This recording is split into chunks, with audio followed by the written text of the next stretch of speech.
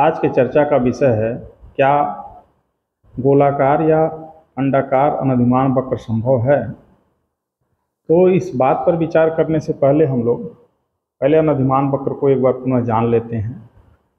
अनधिमान वक्र उपयोगिता विश्लेषण का एक क्रमवाचक यंत्र है। इससे पहले गणवाचक उपयोगिता विश्लेषण में पढ़ा गया है कि उपयोगिता की गणना की जा सकती है, जबकि यह संभव नहीं है। उपयोगिता की गणना नहीं हो सकती है। यदि आपसे कहा जाए कि एक रोटी या एक कपड़े से कितनी उपयोगिता प्राप्त किए हैं, तो आपके लिए यह बताना संभव नहीं है। इसलिए अर्थशास्त्र के विश्लेषण में यानी उपभोक्ता विश्लेषण में अनधिमान वक्रों का विकास हुआ और इसका श्रेय हिक्स और हैंसन को जाता है। अनधिमान वक्र, जैसा कि बताया गया, क्रमवाचक उपयोगिता विश्लेषण के यंत्र हैं। इसकी परिभाषा यह है कि दो या दो से अधिक वस्तुओं के ऐसे संयोगों को प्रदर्शित करने वाले वक्र जिनसे उपभोक्ता को समान उपयोगिता प्राप्त होती है, अनधिमान वक्र या तटस्थता वक्र कहलाता है। इसको चित्रात्मक रूप से देख सकते हैं कि y1 और x1 मात्रा से जो a बिंदु प्राप्त होता है और y2 और x2 मात्रा से जो b बिंदु प्राप्त होता है, y3 और x3 मात्रा से जो c बिंदु प्राप्त होता है, तीनों का बिंदुपथ है अनधिमान वक्र। इनसे जो उपयोगिता प्राप्त होती है वह u के बराबर या स्थिर मात्रा में प्राप्त होती है। अर्थात उपभोक्ता चाहे a पर रहे या b पर रहे या c पर रहे, वह उदासीन होगा, क्योंकि उसे संतुष्टि का समान स्तर प्राप्त हो रहा है। अब चूंकि यह उपयोगिता ह्रास नियम पर ही आधारित है, इसलिए जब एक वस्तु की मात्रा बढ़ाई जाती है तो दूसरे वस्तु की मात्रा स्वतः घटती जाती है। जिस वस्तु की मात्रा बढ़ाई जाती है उसकी सीमांत उपयोगिता क्रमशः घटती जाती है, और जिस वस्तु की मात्रा घटाई जाती है बची हुई वस्तु की मात्रा की सीमांत उपयोगिता क्रमशः बढ़ती जाती है। इस तरह से y जब घट रहा है तो उस बचे हुए y की सीमांत उपयोगिता बढ़ती जाती है और x की जो मात्रा बढ़ रही है, क्रमशः प्राप्त होने वाले x की सीमांत उपयोगिता घटती जाती है। और एक समय ऐसा आता है कि जब x की सीमांत उपयोगिता शून्य हो जाती है। वह बिंदु यहाँ होता है जहाँ अनधिमान वक्र पर खींची गई स्पर्श रेखा x अक्ष के या क्षैतिज अक्ष के समानांतर हो जाती है।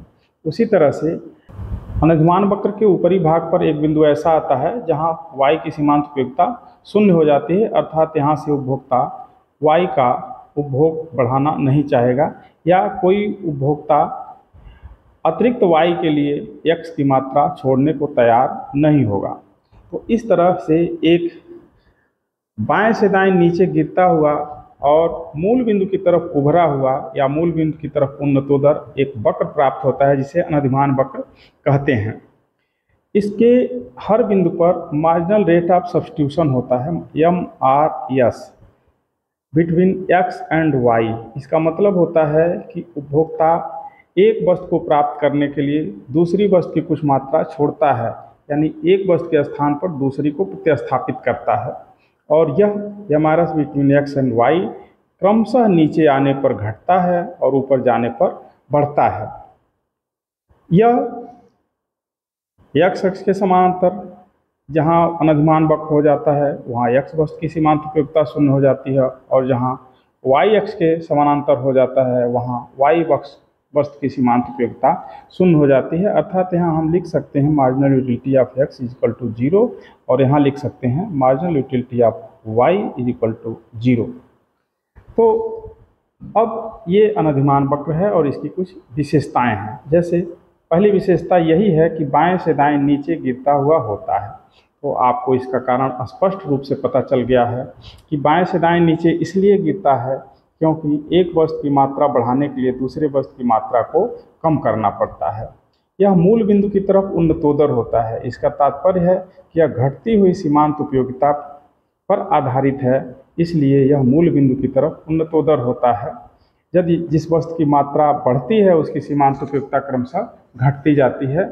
इसलिए कोई उपभोक्ता जब किसी वस्तु को प्राप्त करता है तो उसकी बढ़ती हुई मात्रा के लिए क्रमशः कम मात्रा त्याग करने के लिए तैयार होता है। जैसे पहले इतना एक्स वाई त्याग किया, फिर कम कर दिया, अब और कम कर देता है। तो ये कम करता जाता है, जो त्याग की जाने वाली मात्रा है वह कम होती जाती है और प्राप्त होने वाली मात्रा बढ़ती जाती है। इसका सीधा मतलब है कि जो वस्तु प्राप्त हो रही है उसकी सीमांत उपयोगिता क्रमशः घट रही है।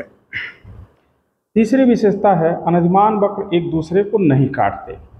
यह संगतता की मान्यता पर आधारित है कि if A is greater than B and B is greater than C, then never C is greater than A। तो यानी कि यहाँ भी इस दशा में भी A C से बड़ा होगा। इसी मान्यता पर इसी बात को यह सिद्ध करता है, यानी संगतता का नियम यहाँ लागू होता है। अनधिमान वक्र एक दूसरे को नहीं काटते हैं। तो इसको हम बताने के लिए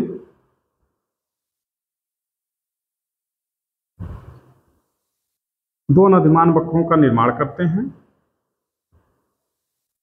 और देखते हैं कि एक दूसरे को काटते हैं। तो अब जानते हैं कि अनधिमान वक्र ये U1 उपयोगिता स्तर को दिखाता है या U2 उपयोगिता स्तर को दिखाता है। इस दशा में U1 उपयोगिता स्तर नीचे है और U2 उपयोगिता स्तर ऊपर है, अर्थात U2 बड़ा है, U1 छोटा है उपयोगिता स्तर के मामले में। लेकिन यहाँ U2 नीचे हो जाता है और U1 ऊपर हो जाता है, अर्थात इस तरफ यह U1 यह बताता है कि ऊंचा उपयोगिता स्तर है और U2 नीचा उपयोगिता स्तर है, जबकि यह संभव नहीं है, क्योंकि एक ही दशा में, एक ही परिस्थिति में, एक ही विश्लेषण अवस्था में एक बार U1 बड़ा होगा, एक बार U2 बड़ा होगा, यह संभव नहीं है। इसलिए यह एक दूसरे को नहीं काटते। जो चौथी विशेषता है वो यही है कि ऊंचा अनधिमान वक्र ऊंचे संतुष्टि स्तर को प्रदर्शित करता है और निचला अनधिमान वक्र निचले संतुष्टि स्तर को प्रदर्शित करता है।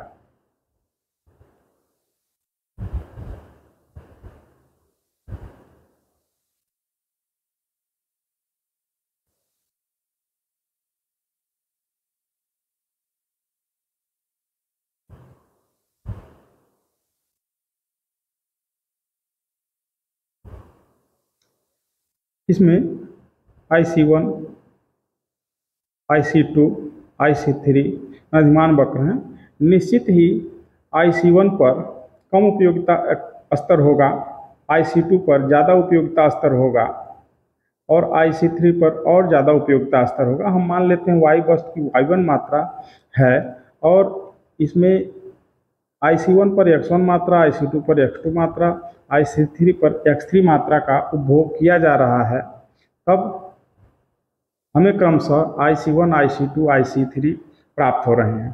तो यहाँ हम देख सकते हैं कि X1 मात्रा कम है, X2 मात्रा ज़्यादा है और X3 सबसे ज़्यादा है।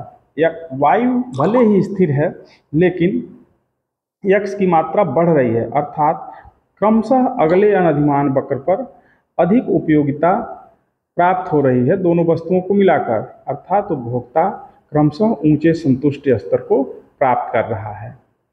तो ये कुछ विशेषताएं हैं। अब हम मूल प्रश्न की तरफ लौटते हैं कि क्या अनधिमान वक्र गोलाकार हो सकता है अथवा नहीं। तो जैसा कि इस चित्र में दिखाई दे रहा है, इसमें अनधिमान वक्र को अंडाकार आकार में दिखाया गया है।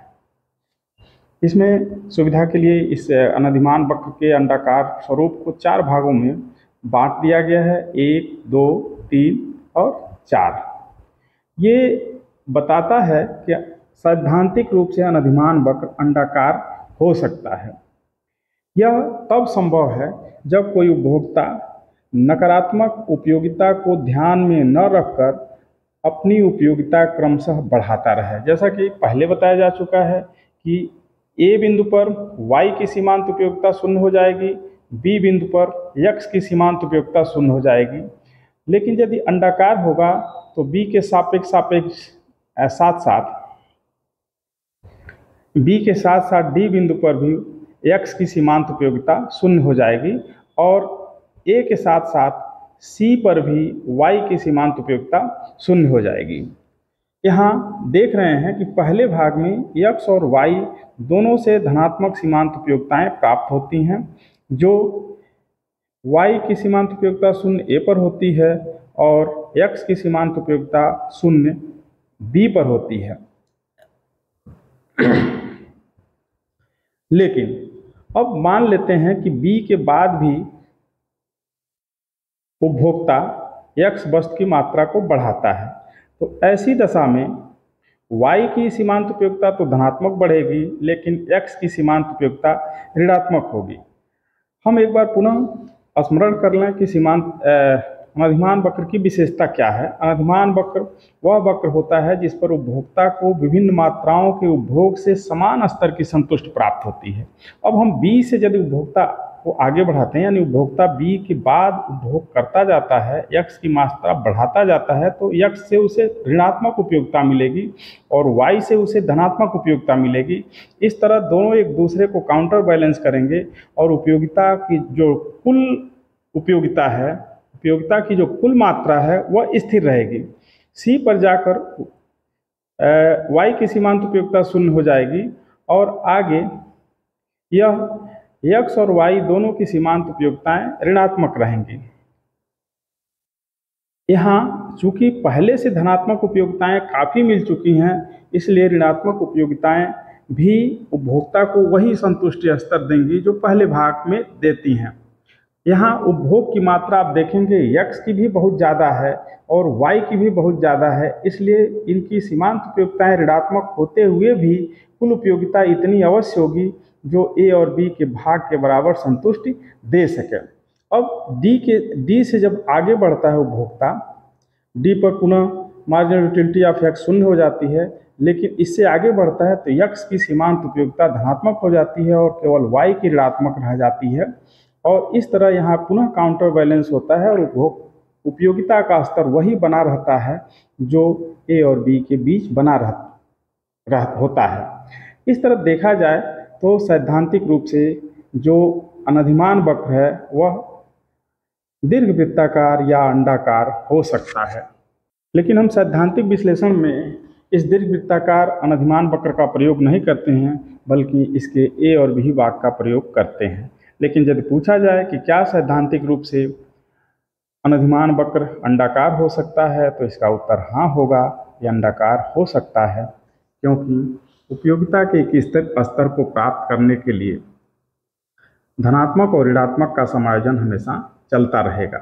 लेकिन कोई भी उपभोक्ता यदि वो बुद्धिमान है तो कभी भी ऋणात्मक उपयोगिता देने वाली इकाइयों का उपभोग नहीं करेगा। इसलिए ए और बी के बीच का भाग ही सैद्धांतिक और व्यवहारिक विश्लेषण का हिस्सा होता है। बहुत बहुत धन्यवाद।